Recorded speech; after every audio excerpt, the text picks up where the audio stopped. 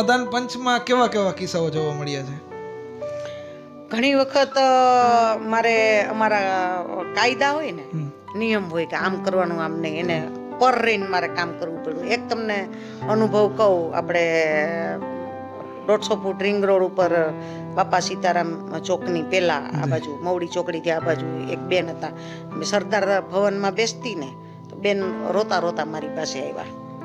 મને કે મારે શું કરવું, હસબન્ડ બહુ દારૂ પીને રાતે 10 વાગે મારા મમ્મી પપ્પાને ફોન કરીને એમ કહે કે આને તમે લઈ જાઓ, નથી જોતી, નતર હું મારી નાખીશ. મેં કીધું એમ તો અત્યારે ક્યાં છે? એટલે કે ઘરે જ છે, કૂતા છે ને પીધેલા પૈડા છે. મેં કીધું હાય લાવું. તો એની ઘરે લગભગ અમે 4-5 બહેનો ગયા. 4-5 બહેનો ગયા ને એટલે બિંદાસ દારૂ પીને ભાઈ પૈડા હતા, આમ ચિક્કાર. એટલે મેં કીધું એ બહાર નીકળતો.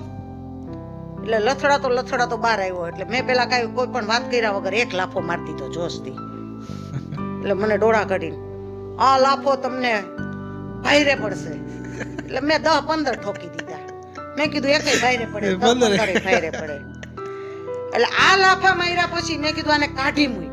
એટલે ઓલી છોકરી જે મારી પાસે રોતા રોતા આવી હતી ને એનામાંય તાકાત આવી ગઈ. હા બેન હું કંટાળી ગઈ છું, આને જવા દો ને એકલી રહીશ. એટલે મેં કીધું જાય. એટલે કે જો હું જઈશ તો પાછો નહીં આવું. મેં ઓલી બેનને કીધું હું કરું? એટલે કે કાંઈ નહીં, નો આવે તને જવા. એટલે એક થેલકું લઈને હાલતો થયો ને મેં કીધું જો આવતો નહીં. એટલે એના દાદા ને બાની ખોડામાં એક 6-7 વર્ષનો છોકરો હતો. એને મને એના દાદાનું કીધું, દાદા ઈ કે આ મેડમ ને આપણા કાકાને ઘરે લઈ જાવ ને. એટલે કે કેમ? ઈ કે કાકા રોજ આવું કરે છે. તમે વિચારો તો ખરા, આટલા નાના બાળકો. પછી બીજા દિવસે શું થયું, સવારમાં 5:30 વાગ્યામાં ઈ બેનનો મને પાછો ફોન આવ્યો. મેં કીધું હવે શું થયું? એટલે કે ઓલો આવીને ડેલામાં પાણા મારે છે. મેં કીધું કોણ? ઈ કે મારો હસબન્ડ. મેં કીધું તો કીધું ને હું પાછો નહીં આવું. કે આવ્યો છે, તમે આવો ને. એટલે મેં કીધું એક કામ કર ને 101 ને બોલાવ્યું ને. એટલે કે એને બોલાવી લો હાલો, પણ બેન તમે આવો ને. એટલે હું 5:45 ની આસપાસ એની ઘરે ગઈ સવારમાં.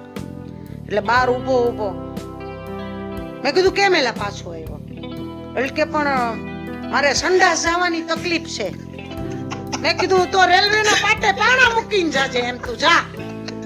કે પણ અહીંયા ઊભું સંડાસ છે ને બેઠા બેઠા હું બેસી ન શકતો. ઈ કે હવે કોઈ દી કાંઈ નહીં કરું. ઈ કે તમે કયો એમ કરું.